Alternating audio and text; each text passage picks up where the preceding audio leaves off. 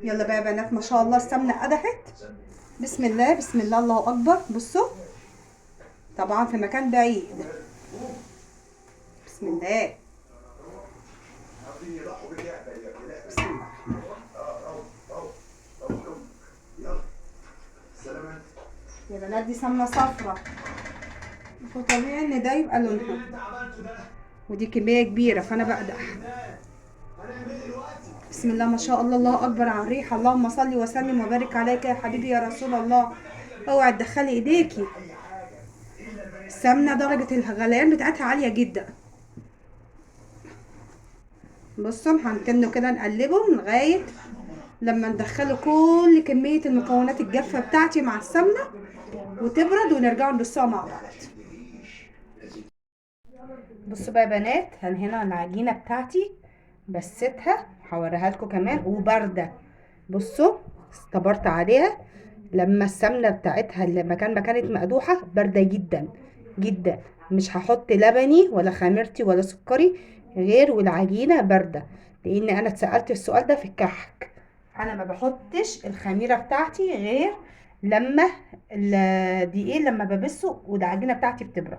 تمام. انا هنا هحط على كل كيلو دقيق حوالي كوبايه ونص لبن، او على حسب العجينه بتاعتك ما بتشرب. في دقيق ممكن يقبل سوائل وفي دقيق لا. انا ما بحطش اللبن مره واحده. تمام. هدوب بقى السكر في اللبن الدافي.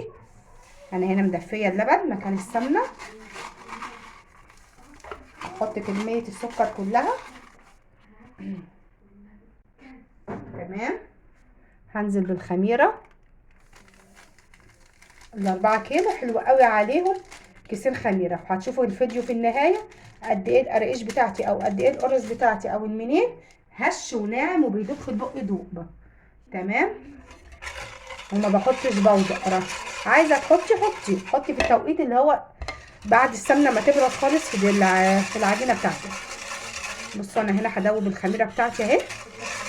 ولازم تعملي الايه الخطوه دي مهمه.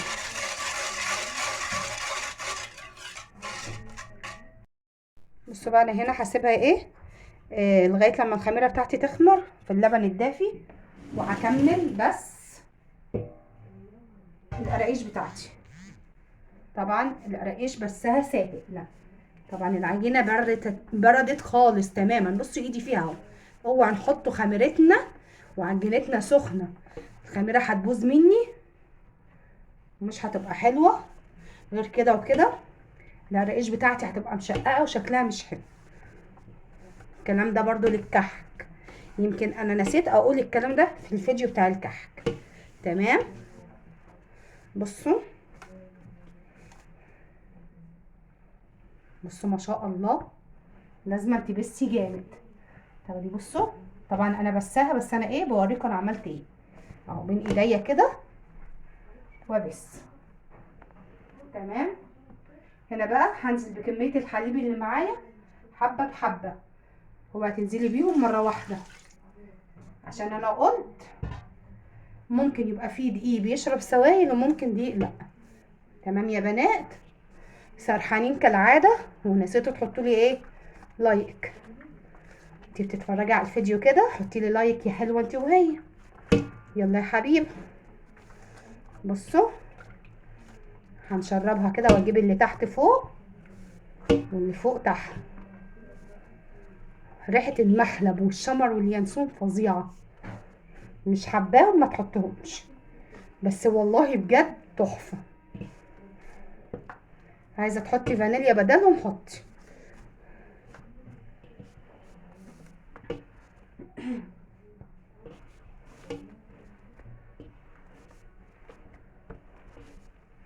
بصوا شربت اول كميه بس لسه مفتفته.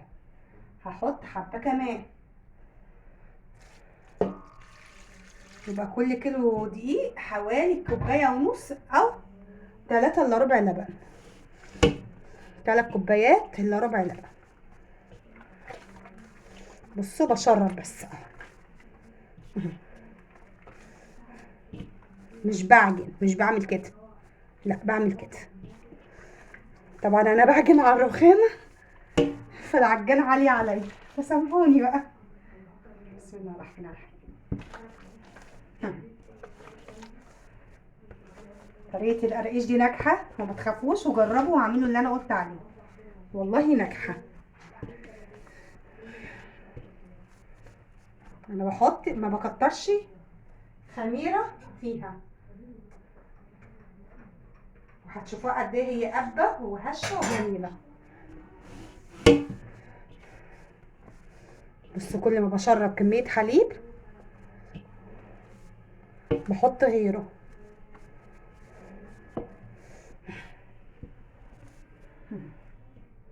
هحط حبه كمان بقى واشرب، وارجع لكم بقى ايه وانا لما العجينه.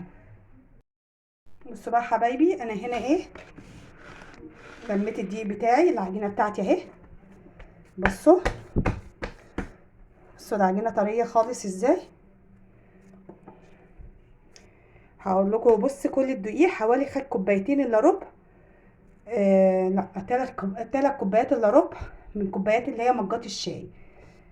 حليب ممكن تحطيهم ميه دافيه، بس ما تحطيش الميه الدافيه والخميره غير لما العجينه بتاعتك تهدى من السمنه وتبرد خالص. ازاي تعرفي ان عجينتك كده خلاص؟ حتى لو مش هتعيري السوائل بتاعتك، مش محتاجه منك سوائل تانية. معلش كنت بعجن والعجين ايه هدني. بصوا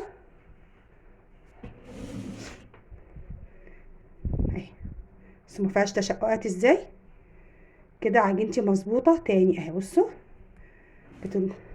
تعملي عجينتك كده بتطريها وترجعي تكوريها اهي. خلي ده اي اختبار، اي عجينه معاكي تعرفي ان هي مش محتاجه معاكي سوائل اهي، وتبططيها. لو شققت منك يبقى انت كده لسه عجينك او عايز ايه سوائل. هنا ما شققتش، يبقى انا هنا حطيت كميه السوائل. اصل انا هنا مش هقدر اقول لكم انا خدت قد ايه من الحليب او اللبن، لان في دقيق بيشرب بيحتاج ميه وفي دقيق لا. تمام. انا هنا تنيت احط سوائل حبه بحبه لما عجنتي خلاص ما بقتش محتاجه. تعالوا بقى نعجنوا العجوه مع بعض ونشوفوا ايه هنكملوا بقيت ايه وراسنا ازاي. بصوا يا بنات، انا هنا عجنت العجوه انا ما بنحطلهاش ميه ولا بحطها على النار ولا بحط لها حليب ولا بحط لها حاجه خالص. انا يا دوبك بكتفي بشويه سمسم زي ما انتم شايفين كده، ومعلقه سمنه بلدي. تمام اهي.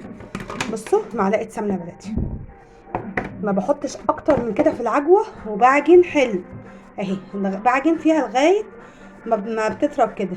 الطريقه دي بتبقى تحفه، وبتخلي القرصه من جوه في العجوه تحفه طريه وجميله، وانتوا هتشوفوا. تمام. انا كده جهزت بقى، يلا بينا ايه نقطعوا العجين معانا ونشوفوا مع بعض هنعمله ايه. بصوا بقى، انا قعدت على الطبليه لان ما شاء الله الكميه كبيره. انا عامله 4 كيلو فمش هقدر اعملهم وانا واقفه. تمام. انا هنا بصوا بعمل العجوه، يا دوبك هعمل معاكم. معلش يا جماعه انا بطول معاكم في الفيديو، والله ببقى حابه اقول لكم كل حاجه بامانه. تمام. بصوا بكور العجوه كده اهي، او التمر في البلاد العربيه بيقولوا على تمر. واجي اعمل لها ايه دايره، هقول لكم ليه دلوقتي. وبحب اعمل ايه قبل ما احشي القرص بتاعتي. انا هنبداه بالقرص وهنعمله معاكم قراقيش، وهتشوفوا بصوا معايا كل حاجه اهو. والله العظيم انا بيبقى الهدف بتاعي ان انا اعلم كل اخت ليا وكل حبايبي. مش هدفي اللي انا بص مشاهدات، ولا هدفي اللي انا اعمل فيديو وخلاص. تمام. انا هنا بحب اعمل اكور شويه بيريحني، واجي اعمل ايه فجوه كده او دايره في النص كده زي ما عملنا في الكحك. ما شاء الله العجينه جميله. محدش يقول لي العجينه، ممكن تقول لي العجينه غامقه. العجينه محطوط فيها شمر وينسون ومحلى، هما اللي عاطين اللون ده في الايه في العجينه ما شاء الله ملبن تحت ايدي. بصوا بقى هدخل حته العجوه كده، لازم تدخليها كده في النص. هنا لما بعمل العجوه ببططها كده، بتبقى العجوه بتاعتي واخده كل القرصه، وباجي قافلاها كده شبه الايه السمبوسه. بص اهي قافلاها اهي شبه القطايف اهي، وارجع اكورها. بتيجي بقى تاخدي القرصه بتاعتك تلاقيها كلها مليانه من جوه ايه عجوه، مش حته فيها وحته لا. بصوا ما شاء الله، بص القرصه مظبوطه ازاي. تاني اهي. بصوا اهم حاجه ان انتوا تطروا العجينه كده. بصوا هوريكم من كل حاجه هعملها عشان ابقى ايه. بصوا اهي واجي قافلاها كده شبه القطايف اهي، وارجع بصوا اكورها كده بين ايديا الاتنين كده، بس ما اقعدش ما تتكش وانت بتدوري اهي اهي، وارجع بصوا اضغط ضغطه خفيفه مش اهي. بصوا القرصه جميله وصغننه ازاي. مم. لا ماشي، بصوا لا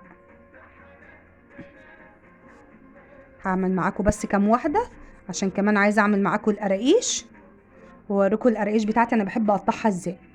العجينه ما شاء الله مظبوطه وجميله جدا.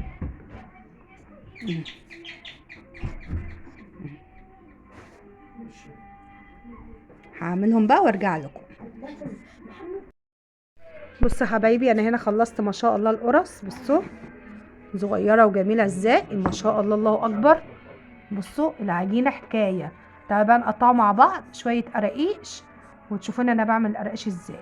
يلا بينا بقى. انا بنمسك العجينه بتاعت القراقيش اعملها في ايدي كده، بصوا بنعم فيها كده بايدي، واجي ماسكاها بقى برماها كده، يا رب تكون واضحه.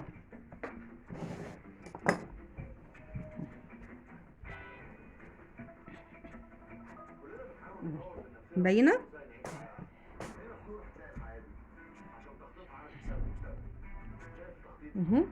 هنا انا عامله العجوه صوابع اهي اهي، هديها برضو تبطيطه خفيفه كده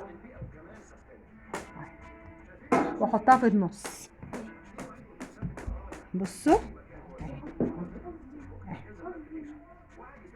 الطريقه دي بتخلي العجوه في القراقيش باينه وجميله.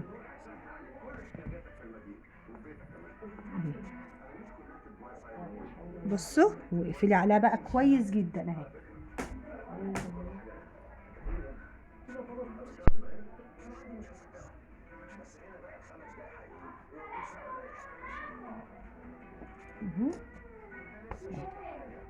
على الحته اللي انت قفلتي عليها تتكي اهي.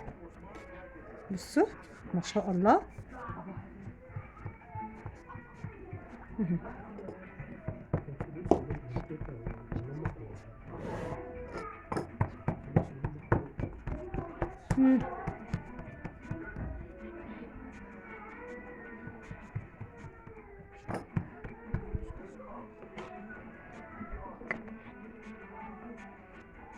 لو ما عندكيش القطعه دي قطعي بالسكينه. بصوا بقى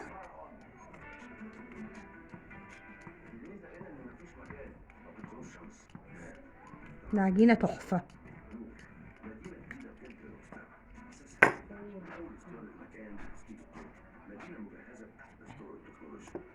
بسم الله.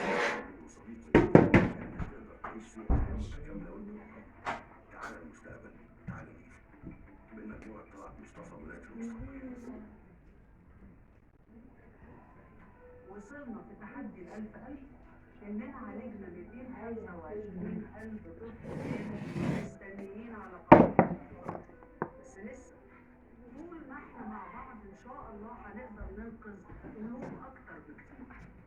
اتصلوا ب 16 441 لا لا لا سيب لحد عندكم كل ساعة بتفرق حياة طفل. ماشي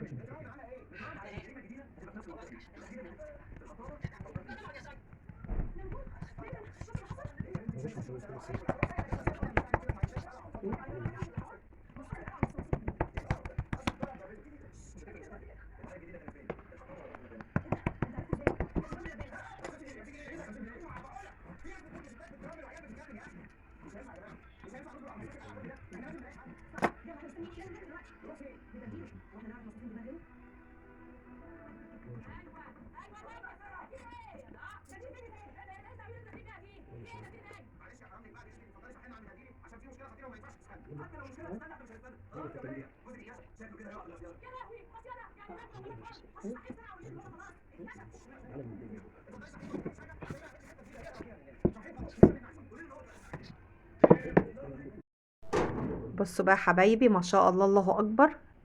احنا دلوقتي الساعة 3 بالليل، فبطيب القرص. اتسحرنا بقى وبطيب القرص بتاعتي على نار هادية اهي. بصوا ما شاء الله، ريحتها وهم جبارة. الشمر واليانسون والمحلب عاطينها ريحة تحفة. بصوا النار هادية ازاي عشان تتلدن وتستوي. هنخلصوها بقى ونرجعوا مع بعض. بصوا بقى ما شاء الله، الله اكبر، الله اكبر على كمية القرص ما شاء الله. دوم انا كنت عاجنة معاكم 4، وكنت عاجنة 4 تانيين، عجنت بعديهم 4 تانيين. دوم مقدار 8 كيلو دي ما شاء الله، الله اكبر، الله اكبر. يعني طالعين تحفة تحفة تحفة. دي بقى القرص اللي تشرفك قدام ضيوفك في العيد. ما شاء الله تتباهي بيها. مقادير مظبوطة جدا. طعم القرص تحفة، خفيفة جدا، هشة جدا. القرص ما شاء الله، الله اكبر عليها، ما فيهاش غلطة. اللي حتى القراقيش ما شاء الله لما تيجي تقطميها ما شاء الله تتقطم معاكي وناعمة. العجوة طرية جدا. بصوا واخدة لون من الأرضية من الوش. ما شاء الله، الله أكبر. بصوا لونها كان جميل ازاي. ما شاء الله حكاية والله العظيم. كفاية ريحتها وطعمها. بصوا واخدة لون موحد. ما شاء الله. أنا بحب أدي اللون القرصة اللون الحلو ده، ما بحبش أطلعها أفتح من كده. ده بالنسبة لي أي يعني طياب القرص ما شاء الله، الله أكبر عليه تحفة. طياب القرص قلنا بنوطي النار على الفرن علشان خاطر الحاجة تتلدن. بصوا القرصة صغننة ازاي وجميلة. والله تشرفك قدام ضيوفك. كل اللي هيدوقها هيسألك انت عاملاها ازاي، بجد تحفة. بص القراقيش السادة شكلها جميل ازاي. والعجوة في القرقوشة مش كتير، لان فعلا اللي طالبها مني طالبها مش عايز عجوة كتير في القرقوشة يعني. بس هي ما شاء الله طالعة مظبوطة. بصوا تعالوا نشوفوا الكحكاية ونعومتها، ونشوفوا العجوة من جوه عاملة ازاي. بصوا ما شاء الله القرصة ناعمة جدا. بصوا العجوة مالية القرصة ازاي، مفيش حتة مفيهاش عجوة. بصوا ما شاء الله، الله اكبر. عشان احنا مبططين العجوة جوه القرصة ومدخلين العجوة صح في القرصة. بصوا قد ايه هي ناعمة، والله ما مستحملة. ما شاء الله، ما شاء الله. كل اللي دقها اتعبط عليها. ريحتها كانت قلبة الدنيا، بجد كانت حكاية. بقى اللي بالله عليكم لو عجبكم بقى الفيديوهات بتاعتي ما تنسونيش في اللايك والشير والاشتراك في القناة عشان يوصلكم مني كل جديد. ومع السلامة في فيديو جديد بمشيئة الرحمن. مع السلامة.